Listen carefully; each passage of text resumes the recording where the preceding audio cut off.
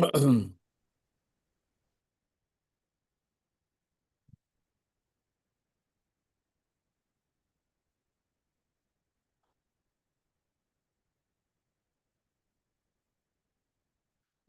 morning. With the help of Hashem, we are learning Yerushalmi Trumos, Perek Aleph, Halacha Hey, concluding the Perek. And God willing, we'll start today the second chapter, Halacha Aleph. We're learning Daf Tezvav. We left off on Daf Tezvav, Amid Aleph, 4 lines from the top of the Amid by the brackets, when the Gemara is referring back to the case in the Mishnah of Misha Taram Shemen, a person, as the Mishnah says, may lechatchila separate truma from oil for olives that are intended to be eaten.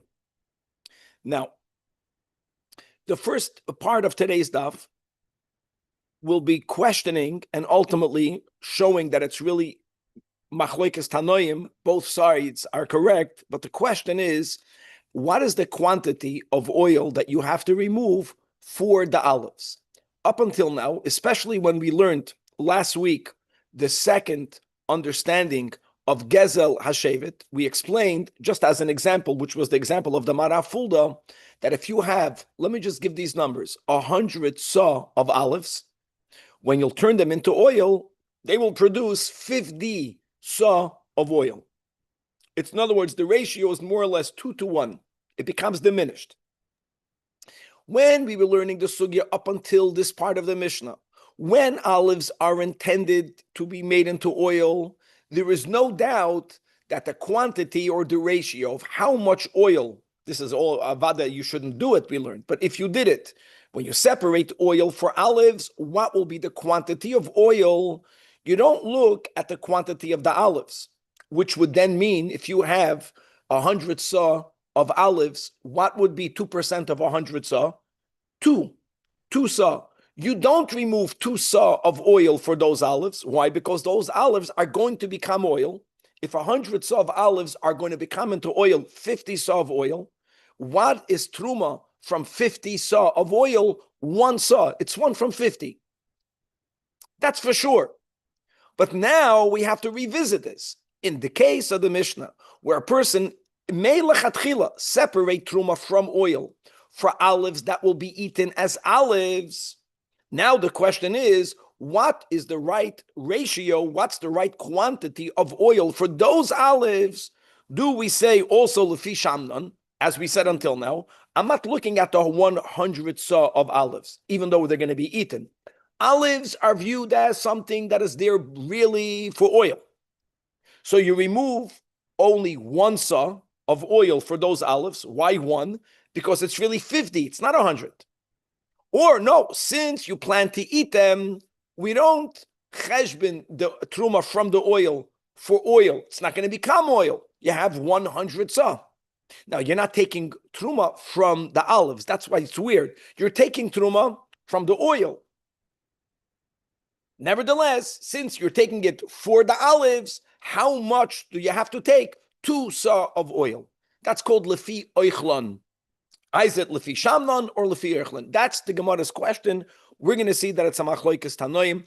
Actually, me'inyan le'inyan, completely different. We're going to go to Hilchas Shabbos. If you remember, almost all of the malachas for Shabbos are malachas that for you to be chayiv chatos, you have to do them in a minimum amount. Like, for example, carrying. Even though carrying any amount will be considered a chatzi shir, not a chatzi melacha, a chatzi shir.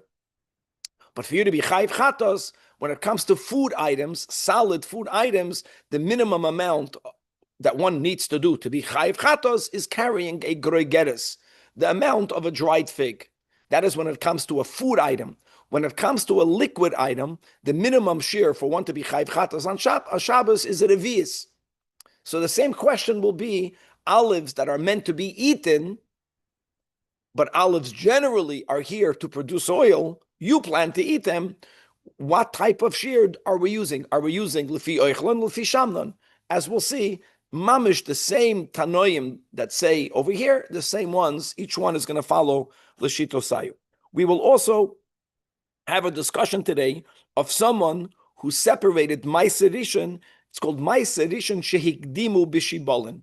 And as we keep on mentioning, that when it comes to Maasros, there are two different important parts. There are two important times. Number one, any item that just began to be, and generally the rule will be that it did not even reach a third, it's not shaykh, it doesn't belong in the world of tithings. Even if you tithe something from it, it's completely irrelevant. It means nothing. However, even after something is considered food, it reached a third, it's developed enough that it can be replanted, its seed is already functional. Nevertheless, when are you chayiv to tithe? Only when that item reached its gemar malacha, when it's considered a completed item. So generally by grain, we use as the case by the grain when you smooth the pile by the meruach. Prior to the meruach, you're not chayiv to tithe it. What happens if you did? There, if you tithed it, what you did is done. The question that we're going to look at today, and if a person separated Ma'aser Rishon before they separated Truma, they separated Ma'aser Rishon. They separated Ma'aser Rishon when the grain is still in its stalks, bishibalin. So it reached the shlish, it's already harvested. The Ma'aser Rishon is a Ma'aser Rishon. All right. Even though really, when you're chayiv to separate tithes, you have to follow the order of truma first. Here, you separated Ma'aser Rishon first, but on the other hand, you're not chayiv at all. We're going to learn many other parts of this concept. The question now will be: does that separation imbue chashivus to everything else to the level where that may not be consumed, even ba'arai, prior to fully tithing it? And as the rule is that even though the chiyuv of tithing is only when you make smooth the pile, once it's already harvested, midrabanan, you cannot have a proper meal from it, but you still could snack from it. Once you make the smooth pile, you can't even have a snack. So we're going to speak about a case where someone chose to separate Ma'aser Rishon, even though it did not yet reach the meruach. And the question will be, will the act of separating imbue chashivus in everything else to say that now it's as if it's completed? V'haraya, the owner already made a separation, and therefore you won't be out, you will not be allowed even to snack from that which you have. That will be the second topic. And finally, before we finish the Pedic, we're going to have a braisa that's going to compare Trumas Ma'aser to Bikurim in two ways, and Trumas Ma'aser will be comparable to Truma Gedola in another two ways. The second chapter is going to continue to speak about one separating Truma from one item over the other. We're not going from olives to oil for olives, but we're going to open up with a rule, with a rabbinic rule, that you may not separate Truma from a product that's tahor for a product that's tamei. Now, in the other direction, that makes sense, right? Why would you give the kohen something inferior? So let's say I have two piles of apples, 100 and 100. Really, each pile should have two apples removed from it, right? One from 50. I'm allowed to remove if they are in close proximity, if they are min hamukaf, and they all are apples of the same year, and they all are of the same quality. I'm allowed to remove 4 apples from one pile, which is 2 for this one and 2 for the other. However, if the pile that I'm removing truma from is tamei, and the other pile is tahor, that we understand that you can't do. Midrabanan. If you did it, but why can't? And then we learn the machlekes. If you did it b'mezit, you did it b'shogeg, because you're giving the kohen something that he can't even eat. That we understand, that you cannot remove min hatomei al hatoid. What about in the opposite direction? You're doing the kohen a favor. If the one pile of apples is tamei, the other pile is tahor, a person will say, I want to give the kohen truma that he can eat. I'm going to remove 4 apples. In other words, I'm going to remove truma min hatoid al hatomei. You would think that it's okay. The Mishnah says it's not okay. And we're going to see right away, we're going to learn our sugya keshitas hameiri and other rishonim that this is a rabbinic rule based on the following logic: that since truma can only be separated min hamukaf means that these 2 piles have to be in close proximity. If you will allow a person to separate min hatoid al hatamei, these piles might touch each other, and then you're going to make chulin tamei. Now, even though chulin is allowed to be eaten betuma, but as we will keep on learning, and we learn so much together, that in the Bisman Bayesheni, people began to take upon themselves to eat chulin b'tahara. And we never want for there to be more tuma in Eretz Yisrael. We want to diminish tuma. So to prevent us amplifying tuma, that's why the Chachamim said that you cannot separate min hatohid al hatame. And since this is the logic, we're going to learn today, we'll see how far we get, 3 scenarios where you are allowed to separate min hatohid al hatame, because this logic, this fear that if you'll separate it, since it has to be min hamukaf, and therefore this will be mitama that, when that logic does not exist, then you are allowed to separate min hatohid al hatame. That's today's daf. It's gavaldik. So Chavra daf tezvav, 4 lines from the top, by the brackets.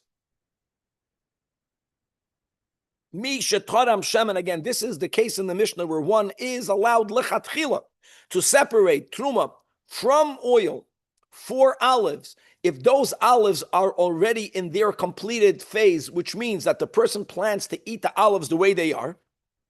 And now asks the Gemara, what will be the right quantity? Do we say lefi mahu toirem? How do we determine the amount? Is it lefi shamnan? Lefi shamnan is the logic, that the system that we have been using until now, which is that don't look at olives as olives. 100 saw of olives will become 50 saw of oil. In the previous cases where the olives were going to be made into oil, it's for sure lefi shamnan, and that would mean that you don't separate 2 saw of oil. No, even though you have 100 saw of olives, 2% would be 2 from 100. No, but the 100 is going to become oil. It will only become 50 saw of oil. Truma from 50 should be 1. So do we say lefi shamlan? Now this will be a big chiddush. What will be a big chiddush? Because you are not planning to make these olives into oil. I know that. But what are you separating it from? You're separating the truma from oil. Why are you allowed to separate truma from oil? I cannot separate truma from apples for olives. You cannot do that because it's 2 different types. Why are you allowed l'chatchila to separate in this case from the oil? Because we're saying that olives and oil are the same. Okay, let's make them the same.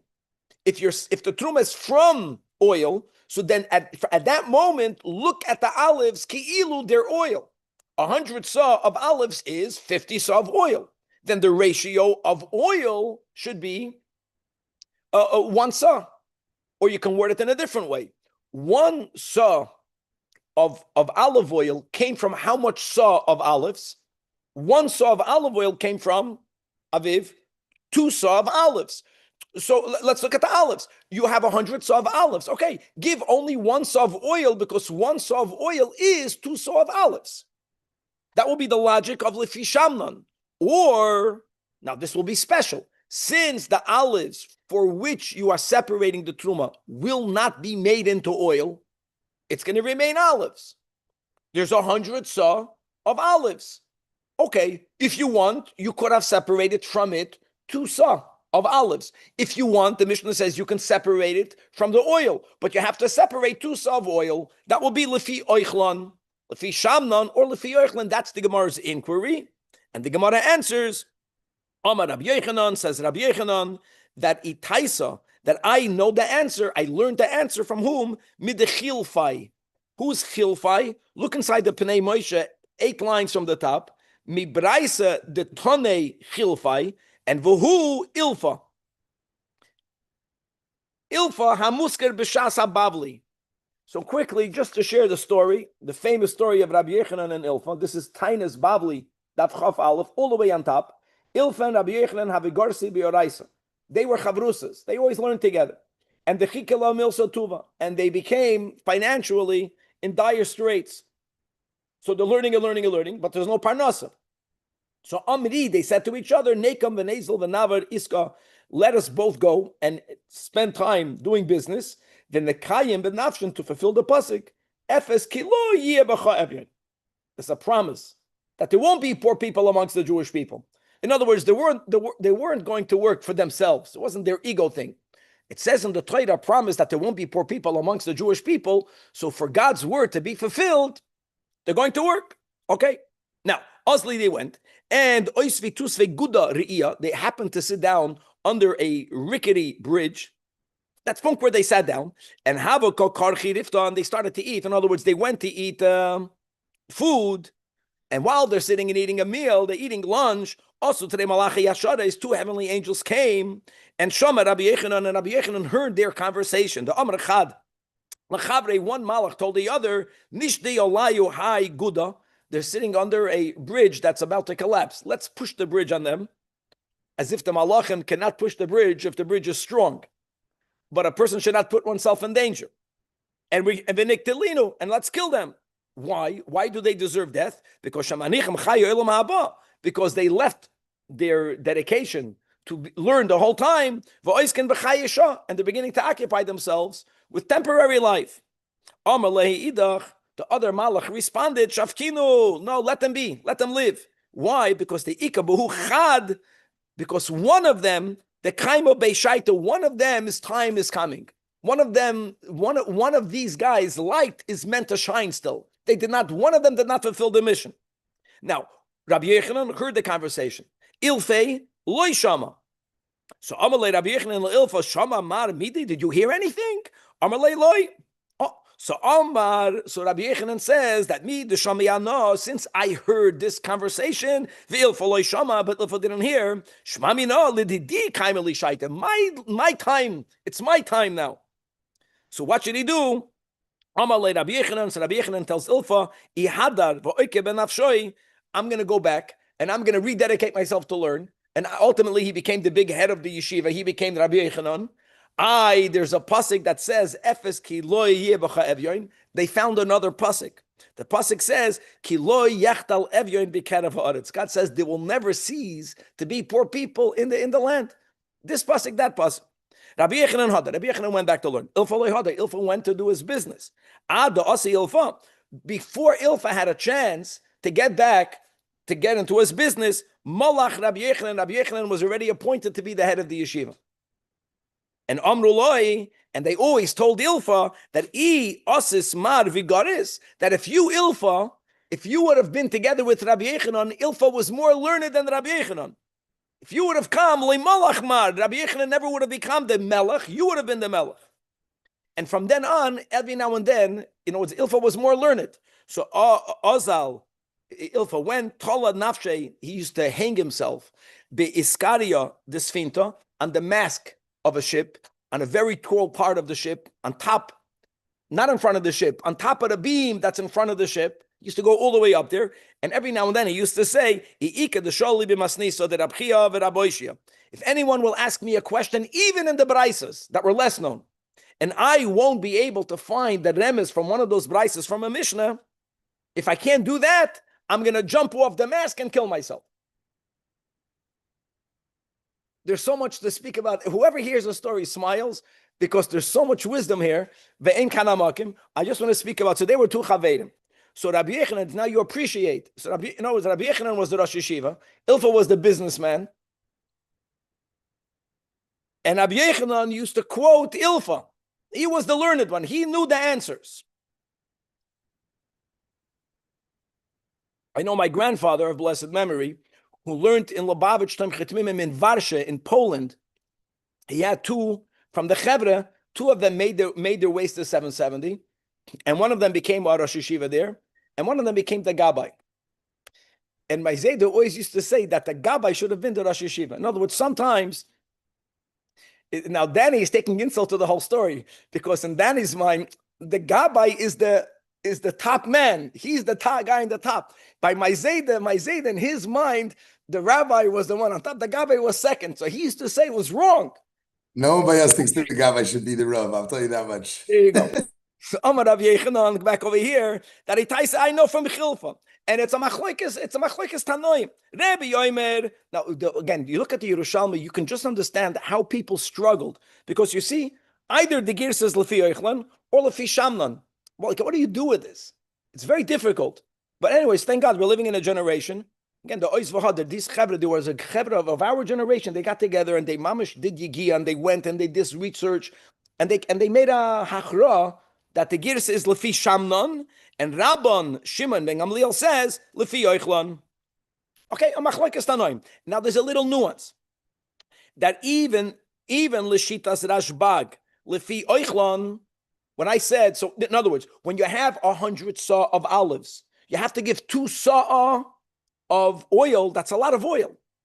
Nevertheless, you don't simply measure the olives. You can't do that. You have to get to the 100 saw of olives by excluding the volume of the pits. We're getting into a whole different topic over here. Avaloi gad inehem. Amazing. It diminishes, right? Sure. In other words, Rabbi, less. Rabbi, isn't saw a volume, not a Yes. weight? I said a volume. The volume. Okay, of but then why would you remove the pits? because don't, now that we're saying. Hold on. I got it. But I want to. Okay, let me say these words, Vlad. When I am giving truma from olives for olives, the deduction of the pits are already automatic, because when I am removing truma, even if I'm removing 2 saw of olives for truma, really it's not 2 saw, because in the truma there are pits that are not counted. So pits for pits, they equalize themselves. But when I'm removing it from the oil, even though we're going, you have to be more machmir, you got to give lefi oichlon, but at least, I don't know the ratios. Let's say it takes up 10%, whatever. So when you have 110 saw of olives, means you have 110 saw of olives without pits. On that, you have to give 2 saw of oil. And hakoil moidim. Now, even Rabbi agrees that when you have a type of olive that's called bichuluchsin, that's an inferior type of olive that was never used to produce oil because it would produce very little oil. Everyone is moida that there shehein toimen lefi oichlon. You never give lefi shamnon. And here again, even though you give it lefi oichlon, avaloi al galhineim, right? Pits. The pits are never included in that cheshbon. Okay, so now that we have this machlokes, so says the Gemara, or the Gemara begins with asking a question. Chananya boye va'af le'inyan Shabbos came, and as we spoke on in the words of introduction, right? By Shabbos, there are 2 different things that people should not confuse. There's something called a chatzi melacha. A chatzi melacha would mean, for example, that carrying is comprised of an akira and a hanocha. If you only did an akira, even though we know from the first Mishnah on Shabbos it's asur midrabanan, but I'm speaking about the concept of chatzi shir asur min ha'torah. It's not a chatzi shir; it's chatzi melacha. If you're going to say that the isur of writing is not to write a letter, it's not to write a word. The minimum letters needed for a word are 2 letters. If I write 1 letter, that's not called a chatzi melacha. That's not called a chatzi shir. It's called a chatzi melacha. I didn't do the melacha yet. But when it comes to carrying, you made an akira, you made a hanocha. Elama, to be chayv chatos, there has to be the minimum amount. Food for salads, generally, groigeres, generally. And for liquids, a revius. I'm saying generally, I think it's the 10th chapter. Whoever just learned Shabbos. Shabbos is many people learn Shabbos. I think hamatznia, right? What was the whole beginning over there? That if I, for some reason, I have a lot of chashivus and seeds. I store seeds. Carrying a seed will already be the isur of carrying. Because for me, since I'm matznia, a seed, right? That's what Rashi says. You give it chashivus. But generally, there is a minimum shear. If you do less than that shear, you did the whole malacha, akira and a halacha. Elama, you did a chatzi shear, you'll be l'Rabbi Yochanan chayv min ha'torah, but you won't be chayv chatos. What is the shear when you're carrying olives? Do we say that we view olives lefi oichlon and therefore groigeres, dried fig, or do we view it as oil and the shear would be a revius, the amount needed to make a revius? So what's amazing, the Gemara says that Ashkach Tani, we found the Braisa that the same Tanoim argue there. Everyone lefi shitasayu. Rabbi says berevius, like he writes over here lefi shamnon. It's gavaldik. And Abshimon Megamliel Oimer ki groigeres. In other words, their opinions are consistent with each other l'shitasayu. And he holds that even if it's olives that you only want to eat, that you don't have no intention to make into oil, you would still, according to Rabbi, hold that the measurement is based on oil. Amazing. With the only exception, I'm going to go on a limb, Now that the Gemara linked it, that if you have this inferior type of olive that no one makes into oil, that's already going to be different. Then even Rebbe L'chayda would say Geregeres. L'chayda, if you completely align these two, will work.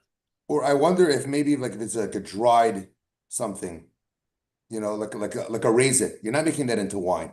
Or Correct. Maybe right. We said something before about the olives being processed that olive, in a way. The cheluchsin is a type of olive that has very little oil, like a raisin. Correct. What are you saying? No, it's amazing how it doesn't matter what the kohen wants and it doesn't matter what the owner wants. That's what clear you have over here. Okay. By the way, what do we say according to the opinion that says that it goes according to Kfi Eichlan? Do you factor in the pits or not? Same thing. You don't. Everything has to fit. I'm saying, let's make it completely aligned. Now, yeah, because don't forget, by a fig, there are no pits in it.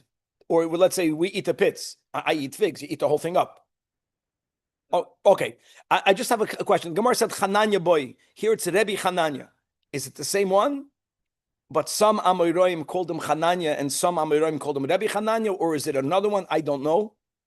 I just know that Bekitzer, today is the Hilula yard site of the Rebbe's father, Rab Leivik, and Rab Shmedel Batumer, who was a bacher in Lubavitch, who once was sent by the Rebbe Rashab to raise money in the Rebbe's father's city.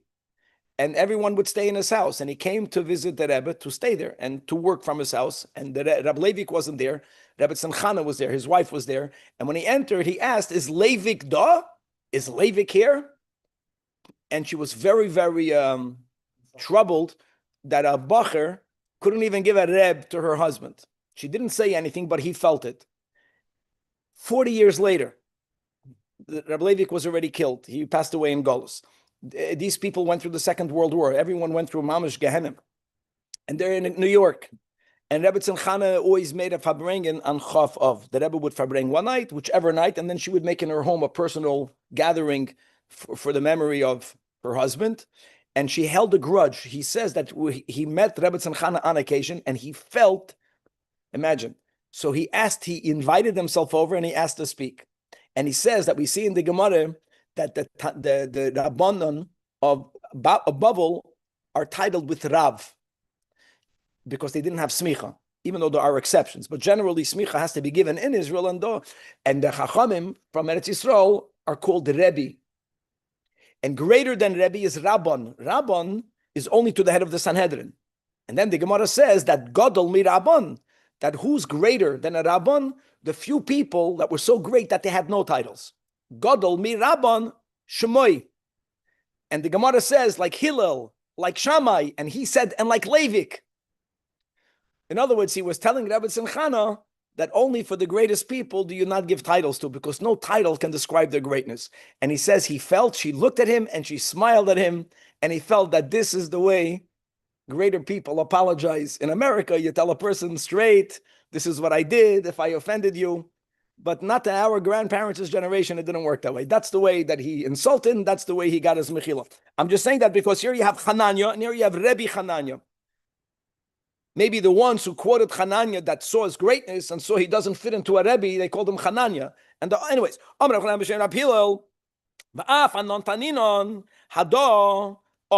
that I will find you from our Mishnah something that will prove that which is written befedish in the Brais of Rabbi Shaya, mamish like Ilfa, like we just learned, that he would say that even if you find me something only in the Rabbi Shia, I'll find it in the Mishnah. So let's go. What does it say befedish in a Braisa? Zaysin al zaysim. If you separate truma from olives for olives, v'hu asid lekoichan, when you plan to crush all of them, which means if you have olives for olives and you plan to crush all of them, so what did you do? You separated truma mi davar shaloi nigmar malachtoi al davar shaloi nigmar malachtoi. Same thing. If you separated truma from one pile of grapes for another pile of grapes, when you plan to be doirech all of the grapes, again, no, it's none of them are completed. Now, what did we have in our Mishnah, guys? Our Mishnah said not to do it. You know when our Mishnah said the words that Yachzer v'Yitraim? The Mishnah said that. That was the beginning of Yud Beis. But when did we say that Aviv? Only in the case where you separated oil for olives. Oil for olives, only over there. Now, the Mishnah and our Mishnah told us you should not separate min davar shaloi nigmara, al davar shaloi nigmara. Our Mishnah did not say explicitly yachzer veyitraim. We learned a baraisa from Rabbi Shaya that here also we say truma v'yachzer veyitraim. Now, when people learned the baraisa of Rabbi Shaya and they wondered what did Rebbe say in the Mishnah, they said the Rebbe didn't say it. So that was his greatness. Rabbi Hananya b'shem Rabbi Hillel says, no, the Rebbe alluded to it. I'll show it to you. Utaninon, we learned it in our Mishnah. Now, where did we learn it in our Mishnah? If you separate truma from oil for olives that you plan to eat, that's our case now, the case that we are learning today. Zeisim al zeisim lachila, something that's finished for something that's finished. Yayin al anovim la'achila, anovim al anovim la'achila. Our Mishnah gave that case. In other words, you took it midavar shenigmara, right, Aviv? Al davar shenigmara, but then you changed your mind, and that for which you removed it for, you're going to take it further. The nimlach ledarchan. So the Mishnah says, you don't have to do anything again. Why? Because you changed your mind afterwards. While you took the truma, it was a lechatchila dika truma. So what does that imply? That's the way Rabbi Hananya understood the Mishnah, that if you did not be nimlach, if you didn't change your mind, which means that you were planning to crush them from the outset. So you took from olives that you plan to crush. For olives that you plan to crush, the Mishnah did not explicitly say it in the way I'm saying it, but that's implied. Truma v'yachzer v'yitraim. Gewaldig.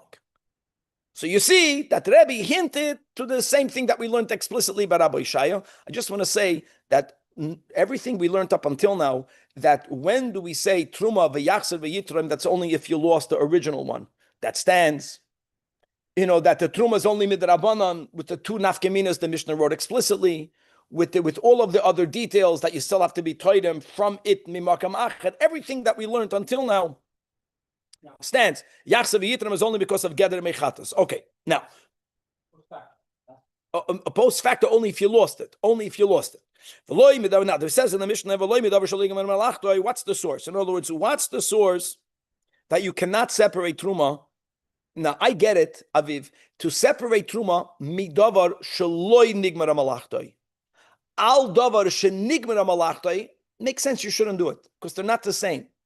But what would be wrong separating Truma midavar shaloi nigmara, al davar shaloi nigmara? I'm not saying that you should do it, but what's geferlich? Where do we find that should not be done?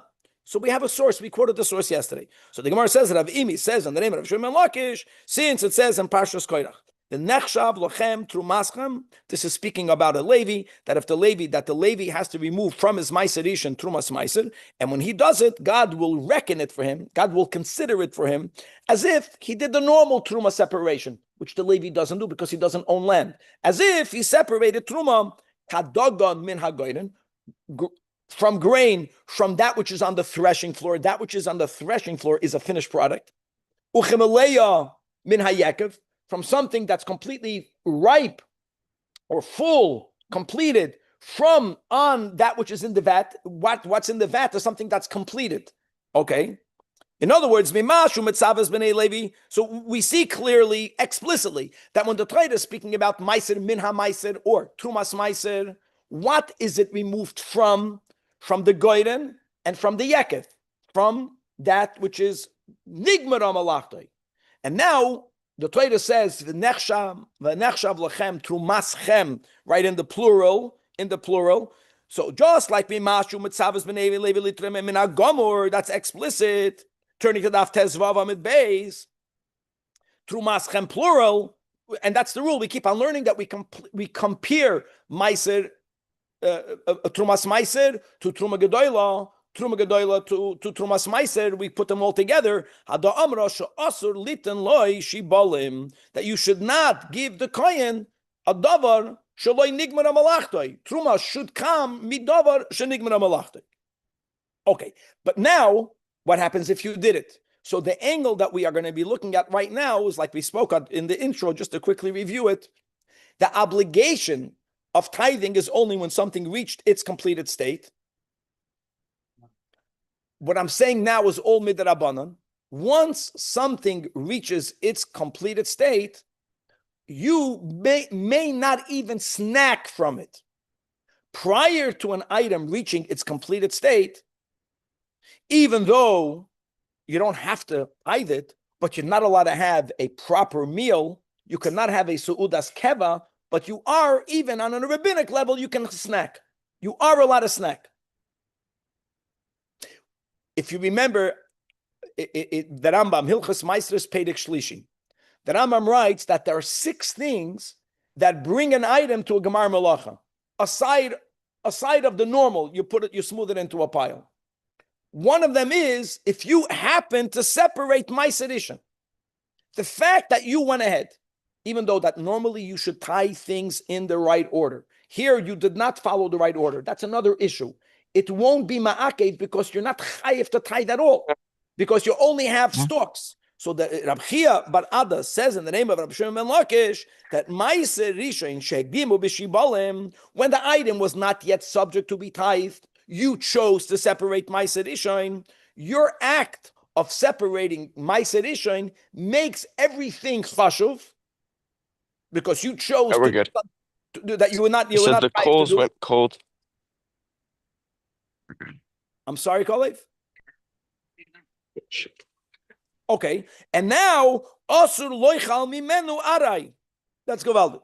In other words, let's speak about not the remaining. He's focusing on the Ma'aser Rishon itself. Since you separated to the Levi, first of all, we just learned a few daf ago that in this case, the Levi does not have to take from it what would have been Truma Gedoyla. That he doesn't have to do. If I give Ma'aser Rishon before Truma, after there's a chiyuv to give, so the Levi got more than his share. Not only does the Levi have to separate, like always, Ma'aser min ha-Ma'aser, the Levi also has to separate prior the part of it that would have been Truma Gedoyla. But when a person gives Ma'aser Rishon to the Levi, when the item was not yet in the Meruach, that's called Ma'aser Rishon shehekdimu b'shibalin. What the Levi receives is his. Elamah, he has to give from it 10%. Okay, fine. Now, can the Levi snack from it prior to giving Trumas Ma'aser? Normally, when something is still in the Shibalin, you are allowed to snack from it. Says Chia Bar Ada, not in this case. Since you gave it to the Levi, that Ma'aser Rishon is as if it reached the final stage, and you can't even snack from it prior to you giving Ma'aser min ha-Ma'aser. Matam, what's the source for this? If I remember correctly, the Rambam does not paskan like this.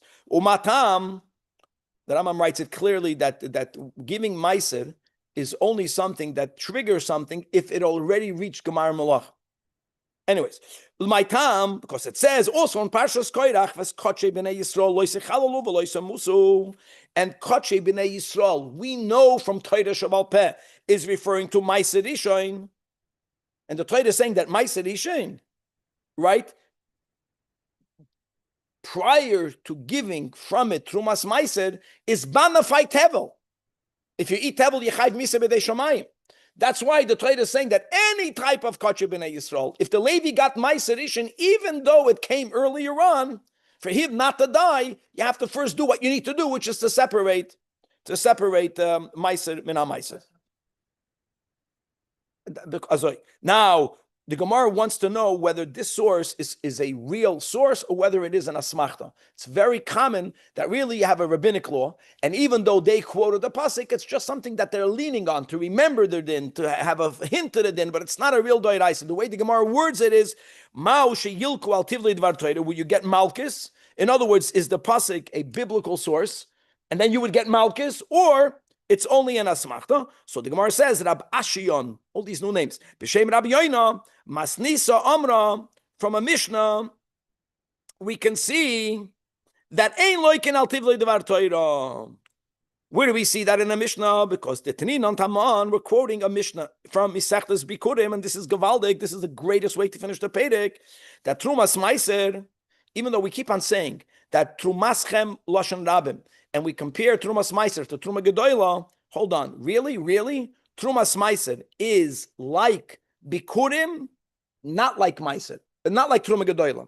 It's like Bikurim regarding Shnei Derachim in two ways. We'll see the two ways. And Trumas Meiser is like Truma in another two ways. B'Shnei Derachim. What are we talking about? So here we go. Here we are already introducing the first halacha of the next Perek.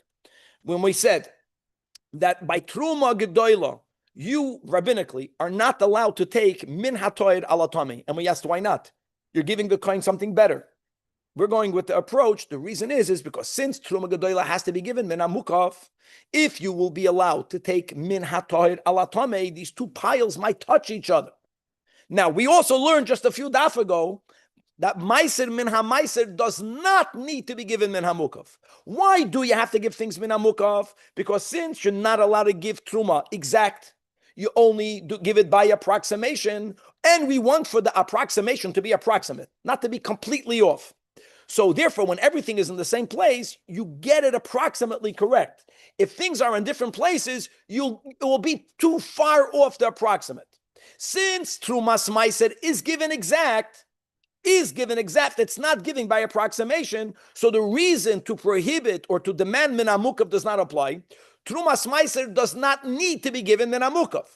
So therefore, we can't say by Trumas Meiser you cannot give min hatoid alatame. Adarabah, you're giving the coin something better. The only reason to prohibit is because min hamukaf, there's no din min hamukaf. So that's number one. So Trumas Meiser, and by the way, bikurim is the same way. I am allowed, when I separate bikurim, I can give bikurim if on my tree, some of the items that I already harvested became tamei. I give min hatohid alatame. Adarabah, I'm bringing to the Beis Hamikdash something that I can bring to the Beis Hamikdash. So Trumas Meiser is like bikurim, that you are allowed to give it min hatohid alatame, connected, and shaloi min hamukaf. It doesn't have to be min hamukaf. So now you already see that Trumas Meiser is not mamish like Truma Gedoyla. In these two dinim, it's like bikurim. Now, on the other hand, voiseres es hagoyran. Voiseres es hagoyran means that Truma Gedoyla that was not taken off from the product. In other words, the presence of potential. Truma Gedoyla renders everything tevel. The presence of Truma Gedoyla in everything makes it tevel. Same thing with Trumas Meiser, that the presence of Trumas Meiser in the Meiser Rishon renders it tevel. Gewaldig. And number two, Trumas Meiser is like Truma v'yesh loshir katruma. V'yesh loshir katruma. I know it's not exactly the same because this is by approximation and this is not. This is 2%, that's 10%, but there is a certain percent linked to it. Truma should be, at least rabbinically, it should be 1 from 50. By bikurim, even rabbinically, there is no minimum share. There's no shiurim at all like bikurim. So like this, Trumas Meiser is similar. Okay, so what's the proof from this statement? So the Gemara says, beautiful, that is loch meimer oiseres es hagoyrin loyal aacher miruach. When we compare the Trumas Meiser to Truma, by saying that oiseres es hagoyrin, when does the presence of Truma Gedoyla that was not yet taken off, when do we say, there's still Truma Gedoyla, everything else is tevel? You know when we say that? Only after the meruach. Prior to the meruach, we don't say that the presence of Truma Gedoyla makes everything tevel. V'haraya, you are allowed to snack from it because you were not chayiv to take anything off. So, and we are comparing Trumas Meiser to Truma. Is Hada Amra that if you removed Meiser Rishon Bishibalin, even prior to removing the Meiser Min HaMeiser, you cannot say that this Ma'aser Rishon is mamish biblically tevel. You cannot say that. She'ein lo ken al tiv lo yidvar Torah. And on that we say, Hadran Allah, Chamisha lo yitremu, a big mazel tov, and we have another minute, and we already spoke out the din by heart, so we'll go chaparain. So the Mishnah says that number one, the second chapter, Allah Aleph, Ein Torah min ha'Torah ala tamei. We're going with those who explain that this is a rabbinic rule, and it's a rabbinic. Why? Well, you're giving min ha'Torah because since you give it min ha'mukaf, you don't want to make the tahor tamei. But first of all, it's only a rabbinic law, and therefore it's only a lechatchila. But if you did separate, you gave the coin something better, trumas and truma. Furthermore, the Mishnah will give you three exceptions. Be'emes amru, be'emes either means halacha l'moshe misinai, or be'emes means that everyone agreed. So be'emes amru, when you have a round cake of pressed figs that is partially tummy, the Gemara tomorrow will ask, how can it be partially tummy? But in a case where you have a cake, they used to press dried food together. It was very common. If part of it is tahor and part of it is tamei, it is possible, we'll see tomorrow, you are allowed to remove truma for all of the cake from the tahor part. It makes sense. Because again, why would you say you can't do it? Is because since it's min hamukaf, you don't want to create truma. It's already pressed together. It's already touching. In the case where it's not adding more truma, you're not going to ruin anything. So therefore, you are allowed to do it, even lechatchila. Case number two is let's read toire min hatoir sheyesh by ala tamei sheyesh by daf tezayin. Same thing. If you have a bundle of vegetables, they are already bundled together. We'll explain tomorrow. Only part of it is tummy. They're bundled together, not near each other. I am lechatchila allowed to give from the tahor part of the bundle for all of it, because it's already touching anyways. And the same thing is also with a pile of produce. A pile, v'chein arema, if the pile is already piled together, in the case where part of it is tahor, part of it is tamei, there they are already in close proximity. I am allowed to give min ha'tahor ala tamei. Beautiful.